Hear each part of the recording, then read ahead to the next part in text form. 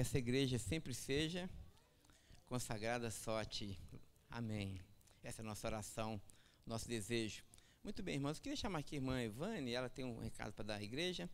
Enquanto isso, eu quero só lembrar que hoje à noite nós teremos um tempo muito especial na vida da igreja, dentro das nossas comemorações. Hoje nós vamos receber o grupo musical lá do Colégio Batista, né, irmã Nível, que está nos coordenando nessa área. E também teremos a apresentação do coro da nossa igreja. E em seguida o pastor Levi estará nos trazendo a palavra do Senhor. Então, um dia muito especial, venha à noite participar conosco. Vai ser uma grande bênção, uma grande alegria para todos nós. Irmã Ivane.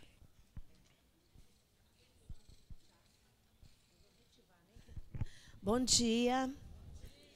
Quem não sabe meu nome, né? Evane. Eu acho que tem gente nova na igreja, graças a Deus. Então, a gente, mulheres, né, da Betel, a gente está pensando, vamos começar a MCM. A Vilma vai explicar melhor, porque eu não sou desse tempo, mas a Vilma é, tá bom? Falei para ela, se você que vai fazer propaganda. Ela falou assim, não, vou passar a bola para você. Bom dia, irmãos, que Deus abençoe. MCM, Mulheres Cristãs em Missões, é um grupo que faz parte, né, da nossa denominação, assim como a Ordem dos Pastores, Jovens, Adolescentes. E nós temos esse grupo de mulheres. O que foi, mamãe? Entendi. Tá baixo? Eu acho que é porque eu sou baixinha, então não está dando para falar muito alto, não. Então, nós gostaríamos de convidar todas as irmãs, tá? Para estar aqui conosco no próximo sábado, dia 17, às 16 horas, ok? E nós vamos ter aqui uma reunião, temos um tema muito especial, que nós vamos estar falando sobre desaceleramento. Desacelerando, né? Então vamos. Eu sou muito acelerada, sabe? Então deve ter que vir para cá porque está trabalhando o som aqui. Desculpe, tá? Oh, Jesus, amém. Então nós vamos estar trabalhando esse tema, desacelerando. Nós estamos correndo o nosso dia a dia, né?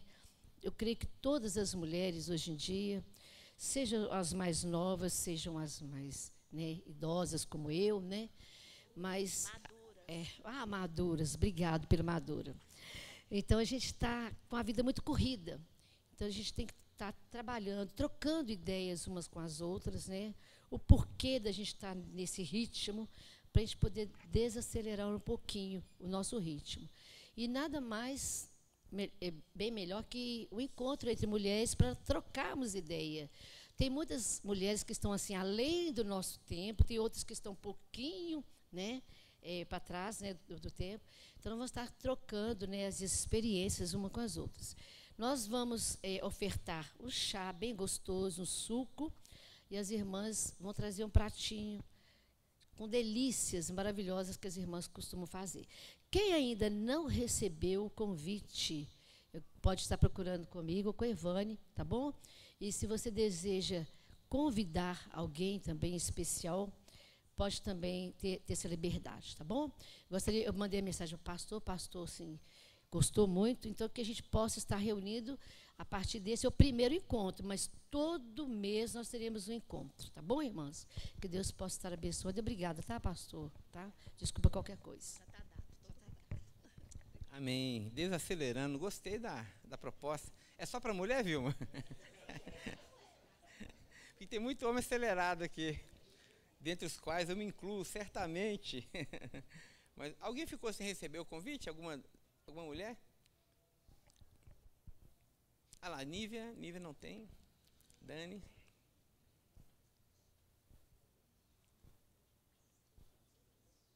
O pastor Tiago está com a mão levantada aqui também, não? As delícias. O pastor Tiago quer participar das delícias. Amém, amém. Muito bem.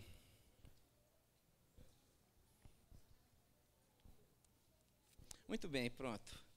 Irmãos, abram suas Bíblias, por favor, comigo, no livro de Juízes, capítulo de número 4. Livro de Juízes, capítulo 4. Para você que é novo assim no manejo da Bíblia, nós temos ali os 5 primeiros livros do Antigo Testamento: Gênesis, Êxodo, Levítico, Número, Deuteronômio. Depois nós temos o livro de Josué, e Juízes é o sétimo livro. Então, livro de Juízes, capítulo 4. Essa palestra é parte integrante do nosso ministério de famílias da igreja, de uma forma mais específica do ministério de feminilidade, e está prevista no nosso calendário. O tema da nossa palestra que me foi dado aqui é masculinidade bíblica. Só lembrando, irmãos, nós temos nosso curso de feminilidade, obviamente para as meninas, já tem sido uma grande bênção, e nós estamos, com a graça de Deus também, já pensando, já inclusive nos preparando para oferecer à igreja também um curso para as famílias, para os casais da igreja. Então, com a graça de Deus, ano que vem, talvez segundo semestre, nós já vamos ter um curso aí para os casais casados da nossa igreja também. Nossa igreja está desenvolvendo, né, irmãos? Aos poucos, Deus tem nos abençoado. Nossa tarefa é instruir a igreja. Muito bem. Então, capítulo 4 do livro de Juízes, todo mundo achou? Amém? Nós vamos ler todo o capítulo. Leia com o coração aberto, pedindo para que Deus possa falar com você, não só a partir das reflexões que faremos, mas a partir da simples leitura bíblica também. É um momento onde Deus nos fala. Tente ler o texto a partir dessa perspectiva aí da masculinidade. Muito bem. Verso 1, vou ler aqui na revista atualizada. Os filhos de Israel tornaram a fazer o que era mal aos olhos do Senhor, depois da morte de Eude. Eude foi um libertador de Israel. E o Senhor os entregou nas mãos de Jabim, rei de Canaã, que governava Azor. O comandante do seu exército era Cícera, que morava em Arosete Ragoim. Os filhos de Israel clamaram ao Senhor, porque Jabim tinha 900 carros de ferro e durante 20 anos oprimia duramente os filhos de Israel. Débora, profetisa, esposa de Lapidote, julgava Israel naquele tempo. Ela atendia debaixo da palmeira de Débora, entre Ramá e Betel, na região montanhosa de Efraim. E os filhos de Israel vinham até ali para apresentar as suas questões.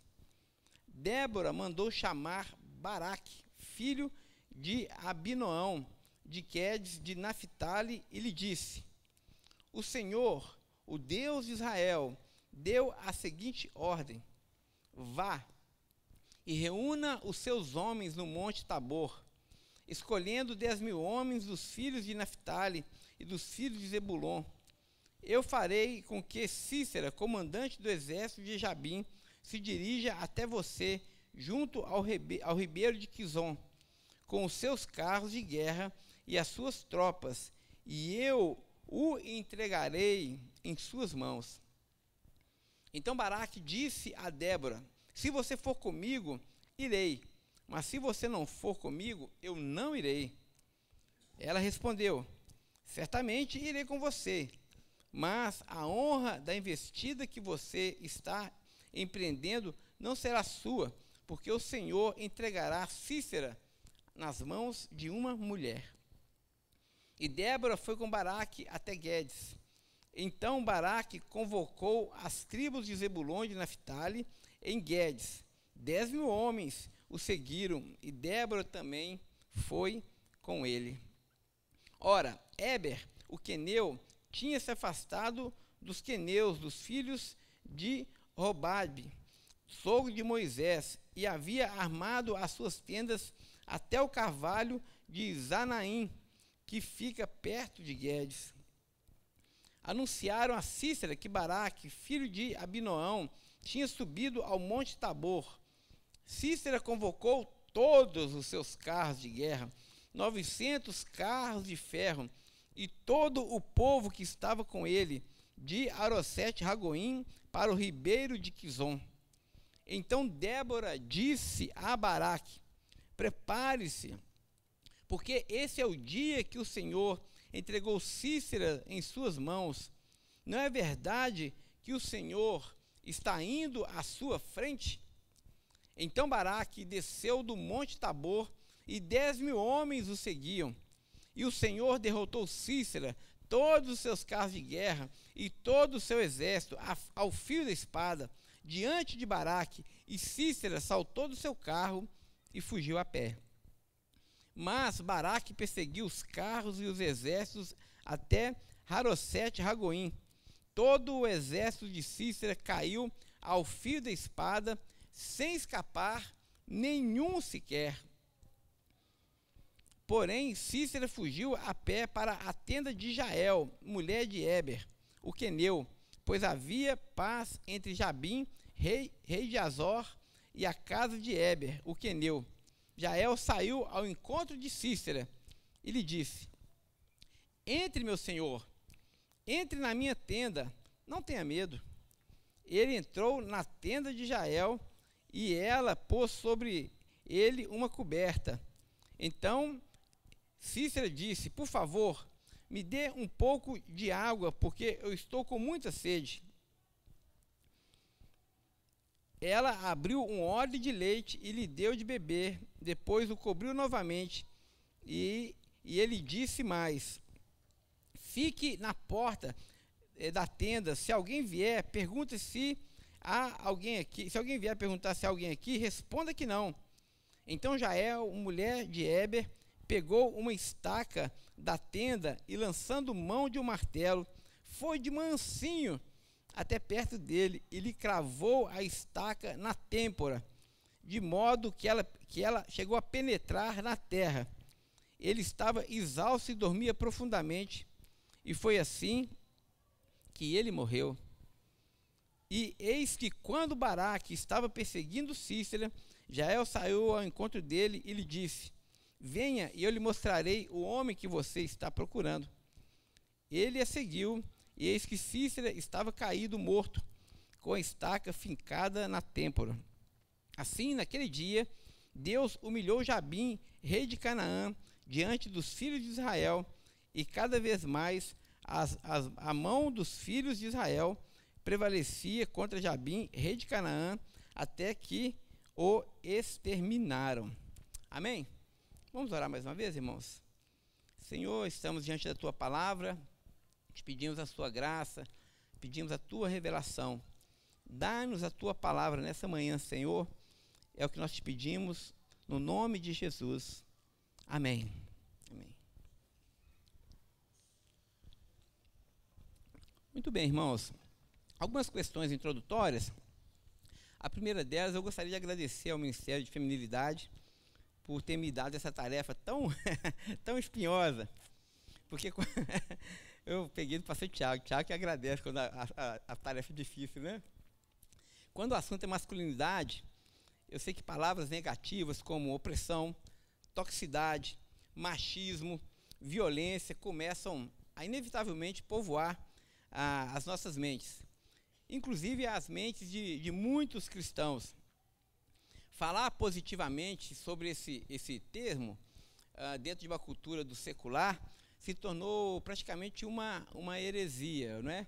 Dentro do politicamente correto, você falar de masculinidade, você certamente será cancelado. Não será muito bem-vinda essa fala, se você a menciona de forma positiva. Bom, mas, no entanto, essa é a tarefa que eu recebi. E a minha proposta nessa manhã, irmãos, guardado os devidos distanciamentos da época e da cultura do texto que nós acabamos de ler, a nossa intenção é extrair do texto que lemos elementos fundantes que possam construir ou nos ajudar a construir o conceito bíblico acerca desse termo que é tão importante, masculinidade. Primeiro eu quero lembrar de Gênesis, capítulo 1, versos 26 e 27, quando nós lemos as seguintes palavras. Verso 26, então disse Deus, façamos o homem a nossa imagem, conforme a nossa semelhança. Outra tradução diz, então façamos a humanidade a nossa imagem, conforme a nossa semelhança. Ainda outra tradução diz: façamos a raça humana conforme a nossa imagem, segundo a nossa semelhança. Verso 27 diz: assim Deus criou o homem à sua imagem, a imagem de Deus os criou, macho e fêmea os criou. Note que, segundo o texto bíblico, a imagem e semelhança de Deus está vinculada não apenas à figura do homem, e não só à figura da mulher, mas o conceito de imagem e semelhança só pode ser entendido a partir da unidade entre o homem e a mulher. Deus criou o homem e a mulher em unidade, em complementariedade, e a partir nessa criação ele imprimiu a sua imagem. Por isso, só é possível definir adequadamente o que é o homem à luz daquilo que nós entendemos como acerca do que é ser mulher também. Masculinidade e feminilidade são conceitos complementares. É impossível compreendê-los separadamente. Ou seja, um homem só se faz homem na presença de uma mulher, e a mulher só faz sentido falar de uma mulher na presença de um homem também. Portanto, para conhecermos acerca da masculinidade saudável, sadia, bíblica, é preciso também ter o conhecimento acerca da feminilidade ou da mulher. Então, essa vai ser a nossa tarefa. Enquanto nós exploramos esse texto, nós vamos tentar fazer esse diálogo entre o masculino e entre o feminino. O masculino põe em realce o feminino e também o feminino põe em realce o masculino. São realidades que se retroalimentam o tempo todo. Muito bem, entendido até aqui? Muito bem, então, só um pouquinho da história. Os irmãos conhecem que o livro de Juízes, nos fala de uma época, a partir da morte de Josué, o povo ainda não tinha rei, e então existia esse período de governo que eram os juízes, que eram responsáveis por isso. E nós temos aqui Débora, que foi a quarta e única mulher que se tornou juíza em Israel, e a função de uma juíza, de um juiz, era julgar o povo. E era isso que Débora fazia, ela julgava o povo. O nome de Débora é muito interessante, né? O significado do nome Débora é interessante, porque Débora significa abelha. Alguém sabia disso? Né? Abelha. Ah, você tem uma filha que chama Débora, né? Abelha. E abelha que, nesse contexto, tem várias implicações. A ideia da doçura, da seriedade e do senso de dever, né? Então, Débora era essa abelha que tinha esse senso de dever muito forte na vida dela. Foi a quarta juíza, como nós mencionamos, e ela também era profetisa, ou seja, ela também era a responsável por trazer os oráculos de Deus, ou a palavra de Deus, traduzir a voz de Deus para o povo. E o texto bíblico nos dá uma informação muito interessante acerca de Débora. A primeira das informações é que ela era esposa de um homem chamado Lapidote. Gente, toda vez que o texto bíblico te traz uma informação, a informação não está ali por acaso, ela tem um motivo que está ali, né? Então, o texto nos informa que Débora era uma mulher casada e nos dá o nome desse homem, que era Lapidote. Lapidote significa chamas, ou em chamas, né? Ela era casada, então, com esse homem, e para os irmãos entenderem a importância dessa menção, basta saber que numa sociedade patriarcal, como era a sociedade ali de Israel, era necessário que um homem casado ele tivesse algumas atribuições e fosse conhecido por algumas virtudes. Entre elas, ele deveria desenvolver dentro da sua casa a função de protetor da família, ele deveria ser o protetor do seu lar, a função de provedor da sua casa, e também o homem era responsável por instruir os filhos na lei do Senhor, na Torá. Então, quando o texto bíblico nos diz que Débora era casada com Lapidote, a gente infere que Lapidote, de fato, era esse homem, porque Débora só seria, de fato, reconhecida como juíza de Israel se dentro da sua casa ela tivesse um homem, de fato, que fosse honrado e estimado pelo povo. Olha que coisa interessante se a gente pensar a partir disso. A gente está pensando aqui na vocação de Débora como juíza, né, um alto cargo em Israel. A masculinidade de Lapidote, ou seja, o cumprimento do seu dever como homem dentro de casa, como protetor, como provedor e como alguém que ensina a Torá para os seus filhos, ela autenticou e viabilizou o ministério de Débora. Ou seja, Débora não exerceu sua função de juíza em Israel, apesar dela ser uma mulher casada. Não foi isso. Ela exerceu a sua função, a sua vocação como juíza de Israel, porque ela era casada com um homem honrado. E isso faz toda a diferença, isso é extremamente relevante para nós. Olha só o que o Tim Keller diz acerca do casamento. O Tim Keller vai dizer o seguinte: dentro da nossa cultura, uma das maiores objeções atuais contra o casamento é justamente a ideia de que o casamento cerceia, ou seja, limita a identidade individual das mulheres e as oprime. Então, hoje, muitas mulheres evitam o casamento porque elas acham que o casamento é um ambiente opressor para elas, que elas vão ser tolhidas da sua identidade, elas vão ser amputadas da sua identidade. Mas esse não foi o caso de Débora. No caso de Débora e Lapidote, a masculinidade de Lapidote, pensando assim, acerca da masculinidade bíblica, ela não oprime as mulheres.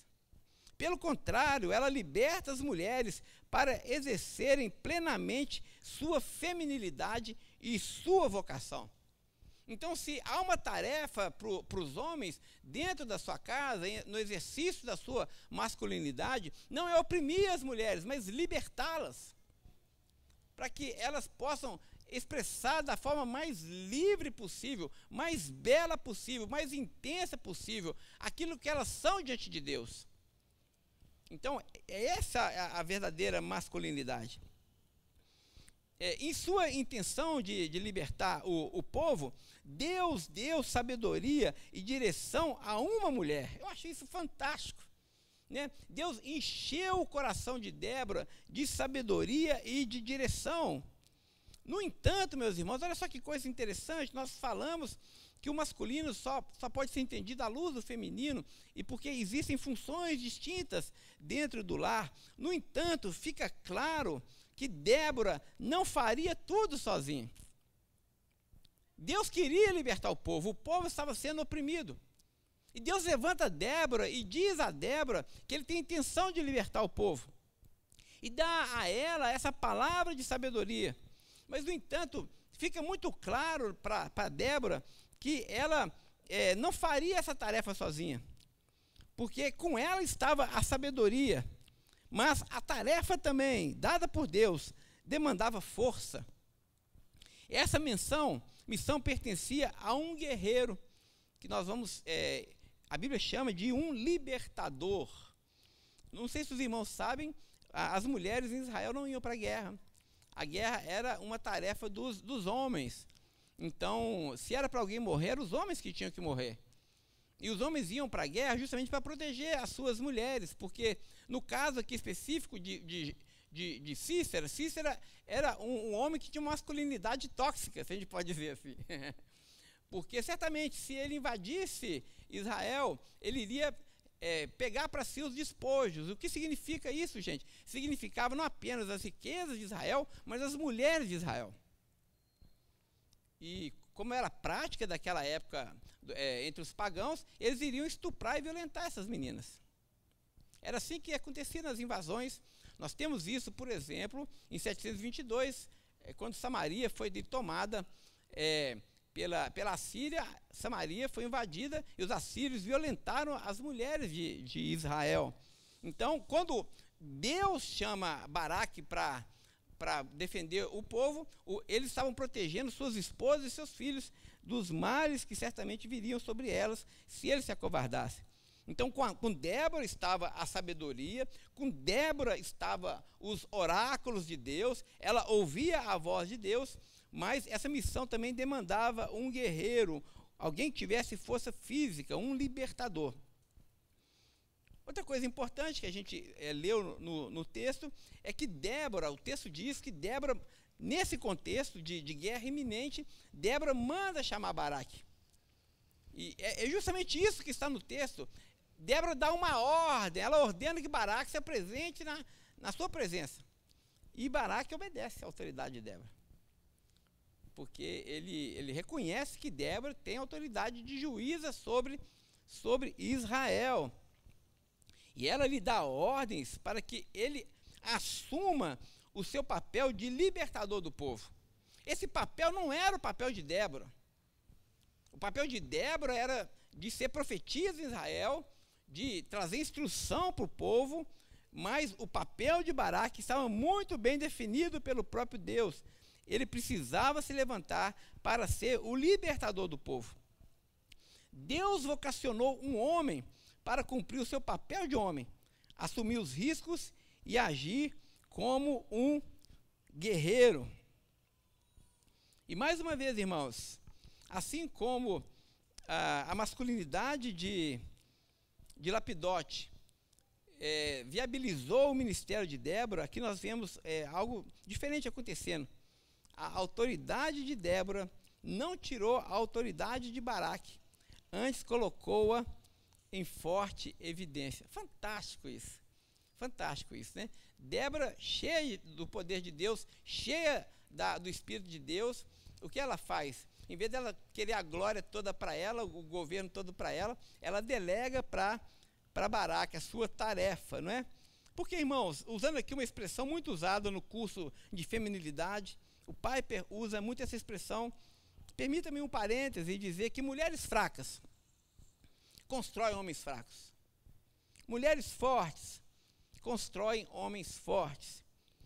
Mulheres fracas querem usurpar a autoridade do outro.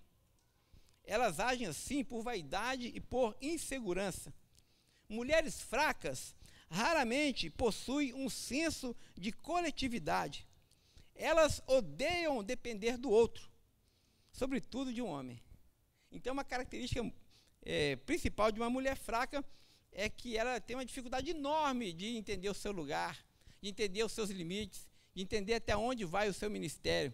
Elas raramente se submetem à autoridade, elas são insubmissas, elas são insubordinadas, elas não sabem o seu lugar, assim como o homem deve se submeter à autoridade de uma mulher, como Baraque fez, como Baraque se submeteu à autoridade de Débora, as mulheres também precisam se submeter à autoridade que Deus dá aos homens. Então, quando a mulher não entende os seus limites, elas são mulheres fracas, e elas têm dificuldade enorme de entender o lugar e a missão que Deus deu para elas. Agora, as mulheres fortes, na contramão desse pensamento, elas são conhecidas não por fazerem a tarefa dada aos homens.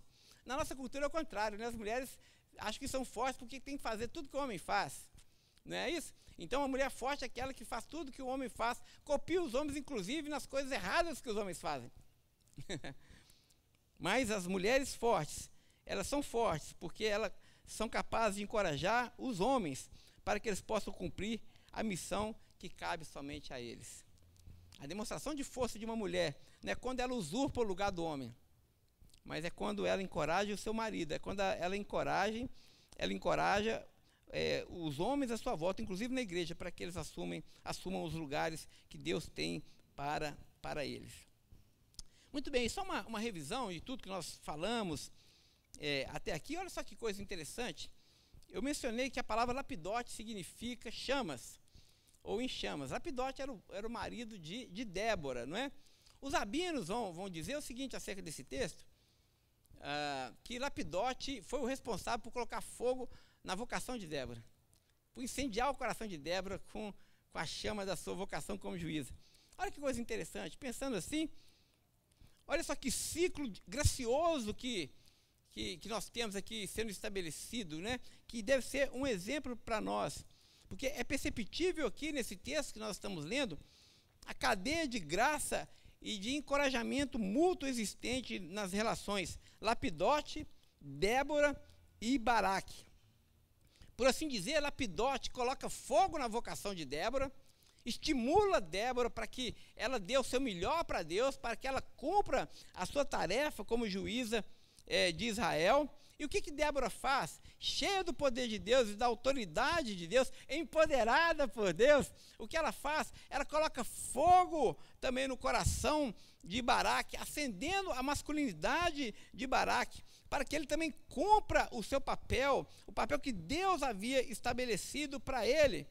E Baraque, por sua vez, também cheio da graça e do poder de Deus, se sentiu encorajado ao ponto de arregimentar 10.000 homens e também incendiou o coração desses homens para uma tarefa muito maior do que eles conseguiam realizar por mãos humanas.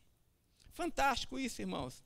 Fantástico quando nós entendemos que masculinidade e feminilidade são complementares e devem trabalhar juntos. Nós percebemos aí, de fato, a glória de Deus e a imagem de Deus sendo forjada nas relações humanas.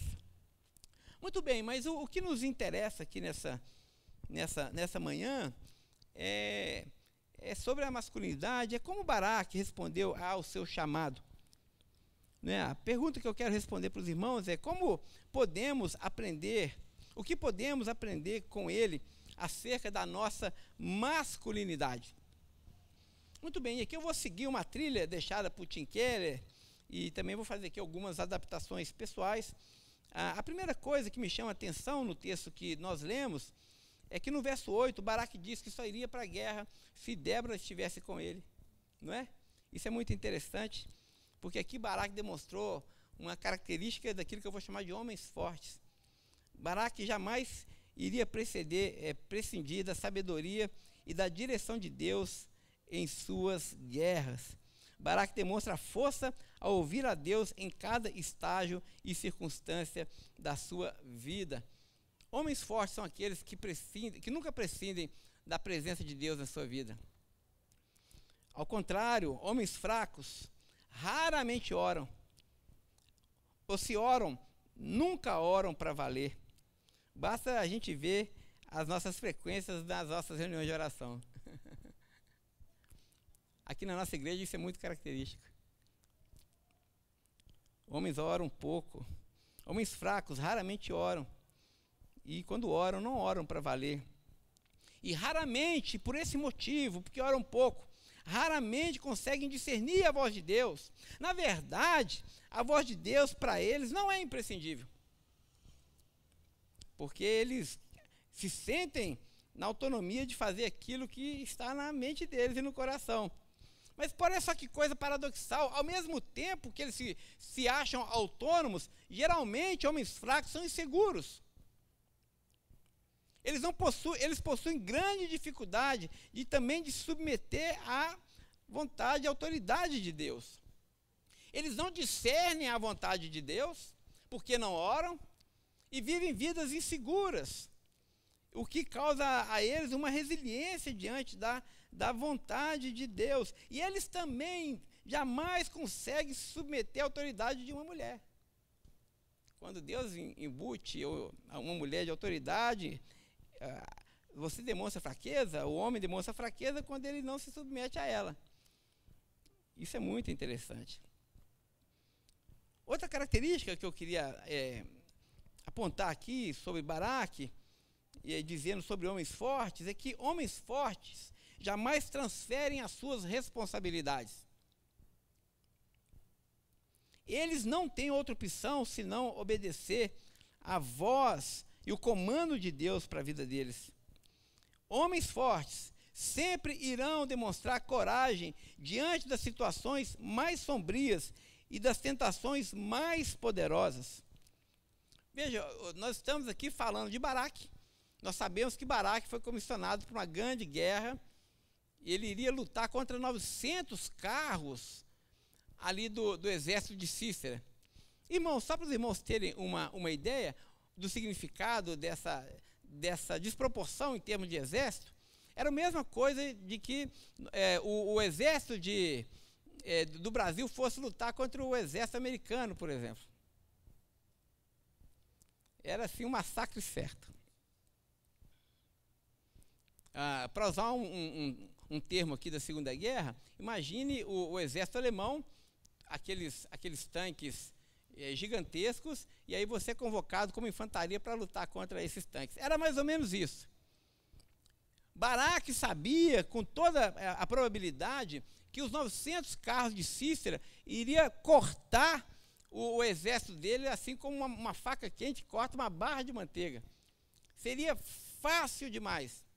Mas mesmo assim, irmãos, mesmo assim, ele sabendo da sua responsabilidade, mesmo assim, ele sabendo da vocação que Deus havia dado a ele como libertador, mesmo assim, ele sabendo do seu dever de proteger a sua casa, de proteger a sua esposa, de proteger os seus filhos, ele foi incendiado por essa vocação. E o que ele fez? Ele se levantou contra o exército de Cícera, e ele não transferiu a sua responsabilidade para ninguém. A tarefa era grande, mas ele sabia que ele deveria cumprir essa tarefa. Homens fracos sempre transferem as suas responsabilidades, sempre se escondem diante dos momentos mais difíceis, e eles, por isso, sempre tremem diante daquilo que é imponderável, das incertezas.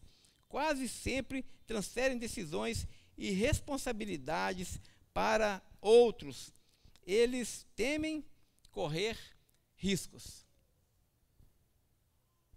É por isso que na nossa liderança aqui na igreja, nós não podemos ser fracos. O ministério pastoral, o ministério de liderança da igreja, precisa ser um ministério forte. Nós precisamos correr risco o tempo todo. Nós precisamos nos arriscar o tempo todo. Deus nos chama, irmãos, a nos colocarmos diante dele e cumprirmos a nossa vocação. Então, que os pastores dessa igreja sejam corajosos para cumprirmos aqui a tarefa de Deus. Que os maridos dentro das suas casas sejam corajosos para cumprir a tarefa que Deus deu para você dentro do seu lar. Não transfira a sua responsabilidade para a sua esposa. A responsabilidade de educar os seus filhos na lei do Senhor é sua. A responsabilidade de cuidar da sua esposa, de protegê-la, é sua. A responsabilidade de acordar pela manhã e colocar pão sobre a mesa é sua. Não importa se a sua esposa ganha 20 vezes mais do que você. Tomara que isso aconteça, mas a responsabilidade é sua. Se alguém tem que sangrar na sua casa, é você que deve sangrar. É você que tem que ser o último a dormir, o primeiro a acordar, o último a comer, a botar o prato e lavar a louça depois.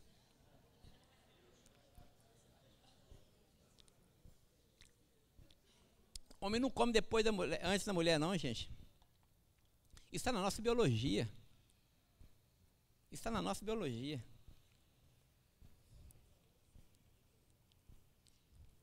Leva água na cama, não é? Isso é masculinidade, hein? Masculinidade não é bater e falar alto e gritar, não. Masculinidade tem a ver com docilidade. Tem a ver com cuidado, com misericórdia. É isso que é masculinidade bíblica. Por isso que eu estou defendendo que ela não é de forma alguma opressora. Mas outra coisa que me chama a atenção aqui sobre Baraque, esse homem, que é o nosso modelo de masculinidade, que está inclusive na galeria dos heróis da fé, é que homens fortes cumprem o seu dever e não procuram glória para si. Débora falou que Baraque iria derrotar Cícera, mas a glória seria dada a uma outra mulher. Baraque sabia muito bem que quando essa história fosse contada, a glória não seria dele. E o povo de Israel valorizava muito como eles iriam contar a sua história. Débora fala, na história não é você que irá matar Cícera, mas será uma mulher. Se ele fosse um homem fraco, ele diria, de jeito nenhum, não vou pagar esse mico na história. Eu quero meu nome escrito lá. Mas o que ele faz? Ele não se importa com isso. Porque homens fortes cumprem o seu dever e não buscam a glória para si. Mas os homens fracos, sim. Homens fracos falam de si o tempo todo. Querem controlar todos os processos. Querem controlar todos à sua volta. Homens fracos amam ter o protagonismo. Homens fracos, quando não estão em evidência, se sentem frustrados. Quando têm o poder em suas mãos, sufocam os ministérios e os dons de todos à sua volta. Ao não procurar glória para si, Baraque apontou aqui para o grande libertador Jesus. Irmãos, se temos um exemplo de masculinidade na Bíblia que nós devemos seguir, é Jesus. Jesus não fez propaganda de si, gente. A palavra do Senhor diz que ele esvaziou, né, Filipenses 2, deixou a sua glória e se tornou obediente até a morte, morte de cruz. Ele não se apegou. Os homens fracos querem os holofotes colocados neles, querem que todos lhe dêem atenção, querem ter o microfone. Oh, meu Deus, eu estou com o microfone aqui, né? Querem sempre ter o microfone nas mãos. Eles detestam quando outras pessoas brilham e têm um protagonismo, porque eles querem aparecer, eles querem brilhar. Irmãos, que Deus nos livre de pastores que são fracos nesse sentido. Que Deus nos livre de pastores que são fracos, para que nós não busquemos a evidência, para que a gente não fale de nós mesmos, pastor Tiago, para que a gente não sufoque os ministérios à nossa volta. Que Deus nos dê pastores de fato, com homem com H, M de masculinidade forte, para que a gente tenha alegria, para que os irmãos possam desenvolver o ministério da forma mais livre possível. Que Deus nos dê esses pastores, mas que Deus nos dê esses maridos dentro de casa também, para que a esposa tenha alegria de ser quem ela é e desenvolver as suas tarefas e fazer aquilo que elas fazem muito melhor do que nós mesmos. Tem coisa que mulher faz melhor do que a gente. Cozinhar, por exemplo. Ó, a masculinidade, eu estou brincando. Mulher faz tanta coisa, organiza melhor, pensa melhor. Os irmãos me vêm aqui na frente e falam, nossa, pastor Pedro é ponderado. Nos bastidores a Viviane me aconselha. Viviane é minha Débora. Ela é minha Débora. Às vezes eu quero desistir e ela não deixa eu desistir. Às vezes eu quero chutar tudo pro alto. Não tem um ano que eu não fico com vontade de chutar tudo pro alto. Mas ela não me deixa desistir jamais. Mulheres fortes viabilizam homens fortes. Mulheres fracas criam homens fracos. E nós devemos, como homens, seguir o exemplo do próprio Jesus. Baraque era o símbolo de Jesus. Jesus foi o nosso libertador. A Ele a glória. Muito bem, como essa história termina, irmãos? Olha que coisa interessante, nós lemos que Cícera foi derrotado e ele fugiu a pé. Ele então se refugia ali nas tendas de Éber, o queneu.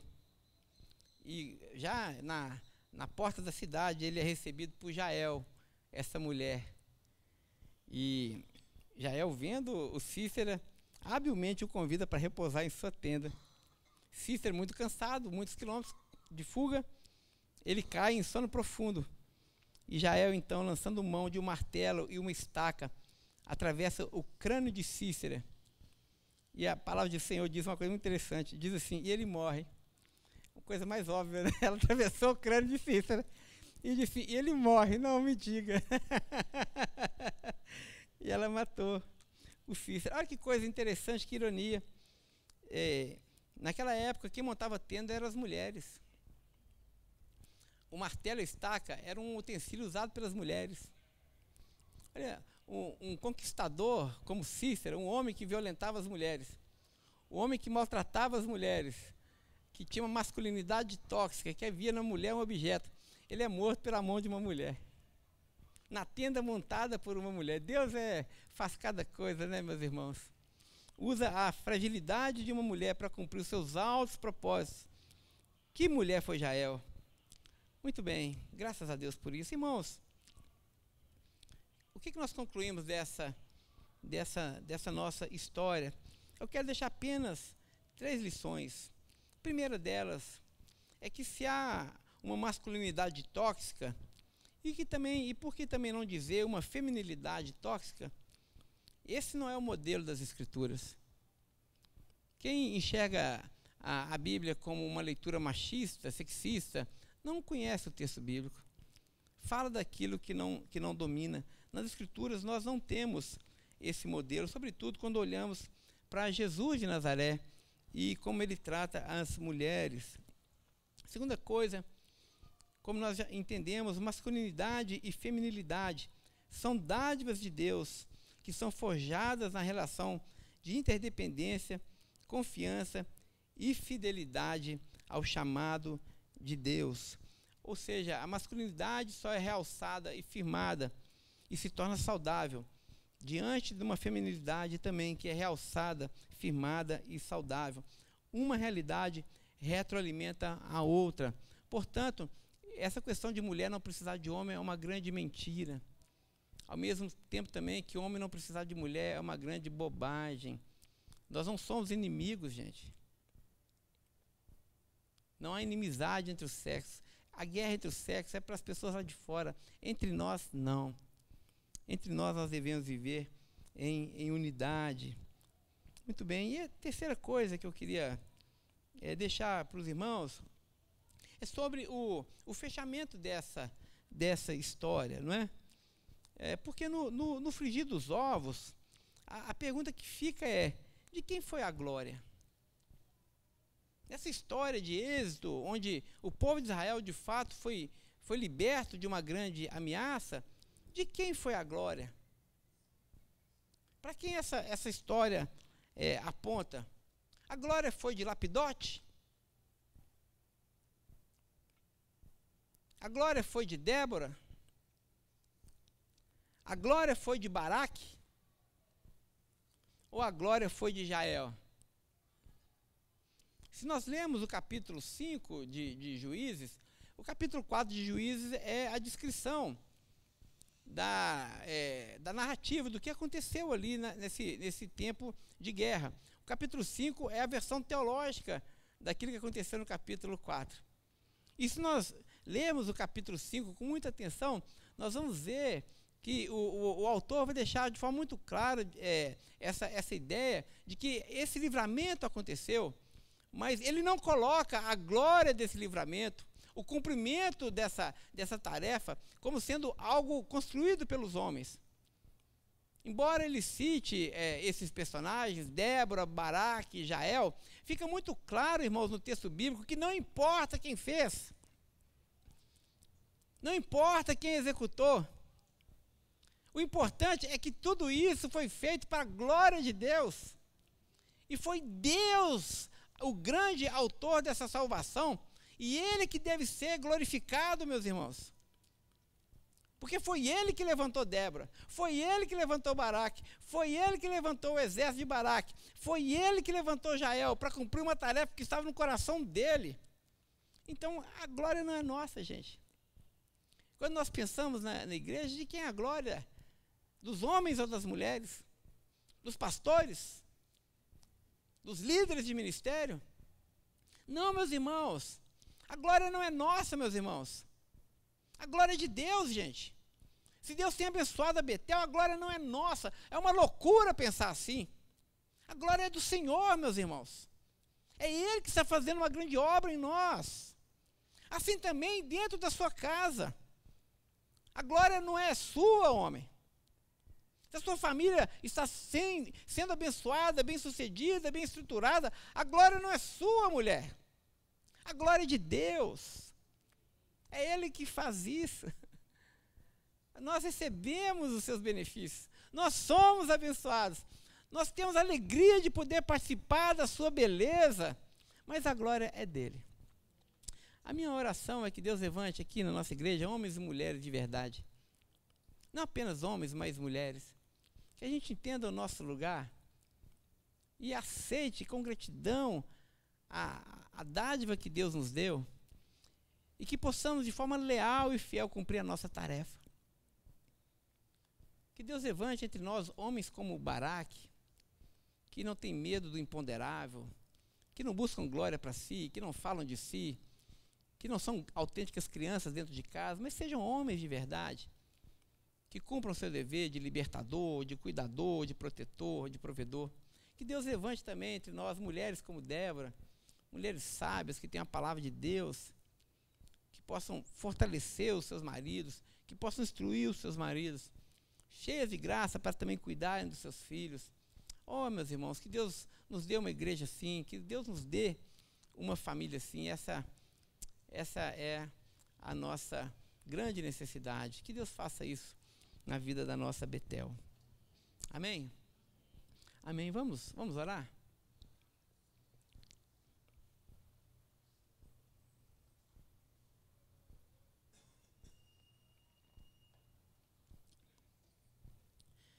Mais uma vez, obrigado, Senhor, pela sua palavra, pela instrução que recebemos nessa manhã. Ó Deus, e que ela não fique apenas nessa manhã, mas que ela possa permear toda a nossa vida. Ó Deus, possa nos ajudar na nossa tarefa, Senhor, como homens. Nos ajude, Senhor, a cuidar bem da nossa esposa, dos nossos filhos, da nossa casa. Nos dê a firmeza de Baraque, Senhor. Ó Pai, no nome de Jesus, para que o nosso coração não venha se encher de soberba, não venha se encher de orgulho. Nos dê a força, Senhor, para nós não transferirmos as nossas responsabilidades. Que a nossa liderança seja assim, que dentro da nossa casa seja assim. Levante mulheres na nossa igreja, Senhor, assim como Débora, mulheres sábias, mulheres fortes, mulheres que saibam instruir, ó Deus, ensinar, conduzir. Ó Deus, que na nossa igreja homens e mulheres saibam o seu lugar, o seu papel, não um à frente do outro, não um superior ao outro, mas lado a lado, Senhor. Ó Deus, que essa masculinidade bíblica, essa feminilidade bíblica, Senhor, possa transformar os nossos casamentos, Senhor, em um ambiente, Deus, de segurança, de aceitação e amor mútuo, Pai. Esteja conosco, ajuda-nos nessa tarefa, Senhor, que é tão pesada, é tão difícil, Pai, mas ajuda-nos a enfrentá-la, Senhor. É o que nós te pedimos, é assim que nós oramos no nome de Jesus. Amém. Amém. Amém, irmãos. Domingo abençoado a todos. Logo mais à noite nós estaremos aí para a nossa comemoração com o coro da igreja e também com o grupo musical do Colégio Batista. Até logo mais. Acho que ainda tem um cafezinho ali. Ainda passa e toma um cafezinho. Deus abençoe.